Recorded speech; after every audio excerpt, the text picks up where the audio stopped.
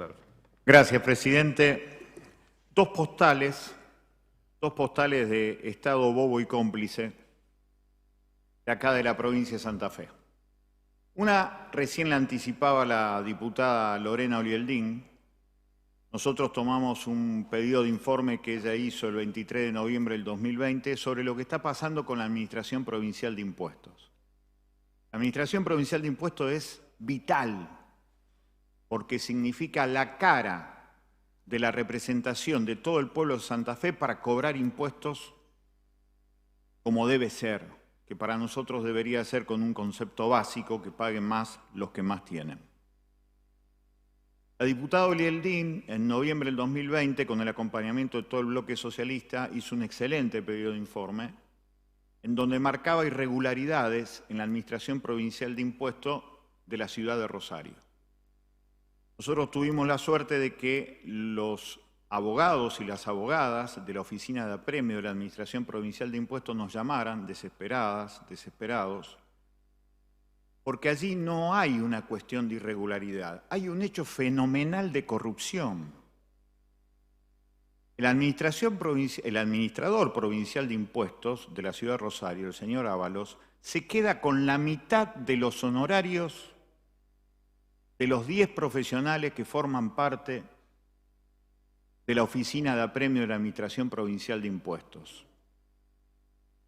Y esto es un hecho que para mí es delictivo, pero además de ser un hecho delictivo y que va en contra de los derechos de los trabajadores, porque son profesionales, pero para mí son trabajadores, porque se le queda la mitad del sueldo. Nosotros acá tenemos incluso los registros de cómo Ábalos se queda con ese salario que le corresponde a los abogados y se lo pone en su cuenta personal, igual que el fiscal de Estado que participa de esta maniobra, con lo cual representa un hecho para mí de fenomenal corrupción.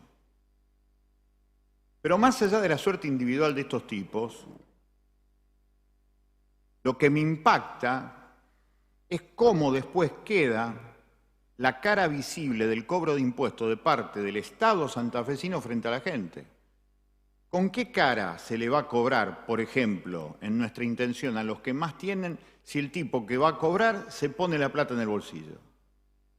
Es un fenomenal deterioro al Estado santafesino, y esto lo hace la administración del actual gobierno de Omar Perotti.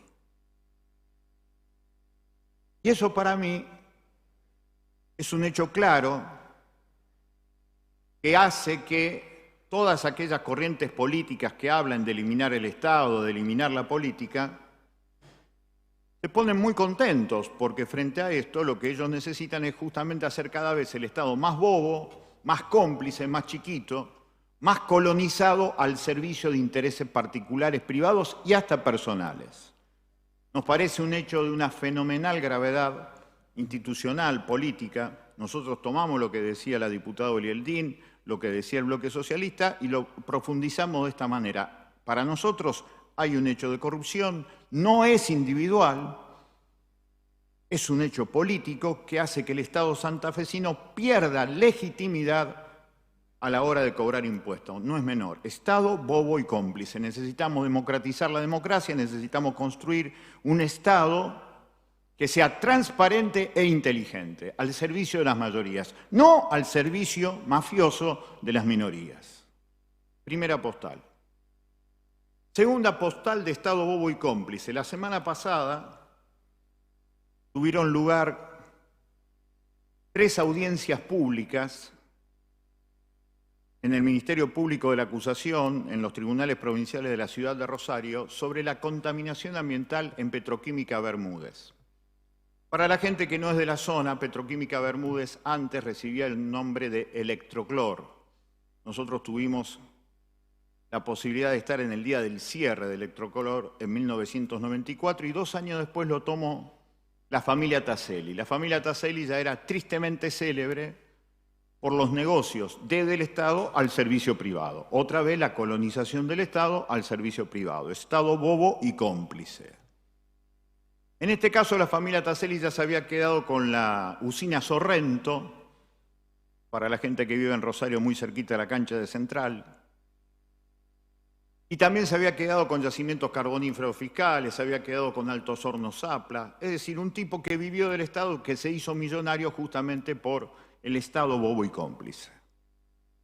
Empezó a explotar Petroquímica Bermúdez y empezó a generar nada menos que la explotación de cloro. El cloro no es una sustancia fácil. Las primeras bombas que estallaron en la Primera Guerra Mundial eran bombas de cloro, se les llamaban bombonas de cloro. Allí en Petroquímica Bermúdez durante años había 1000 bombonas de cloro, 1000. Cuando se empezó a registrar, entre otras cosas, que se dormían las chicas y los chicos de una escuela vecina, Petroquímica Bermúdez, como consecuencia del escape de cloro, se empezó a batir el parche sobre la contaminación que generaba Petroquímica Bermúdez. Eso empezó desde el año 2005 en adelante. Las declaraciones de la semana pasada, yo le puedo asegurar, señor presidente, que son impactantes, porque primero habló una abogada del Ministerio de Ambiente y Cambio Climático que dijo que durante las administraciones anteriores le pararon la mano, dijeron que no investigue más a fondo lo que pasaba con Petroquímica Bermúdez, a pesar de que existía un decreto del ex gobernador Miguel Lichif que pedía la investigación. Sin embargo, se lo pararon a la investigación. Y los que terminan parando la investigación son tipos que hoy están presos. Patricio Serjal, fiscal regional de la ciudad de Rosario, que está preso.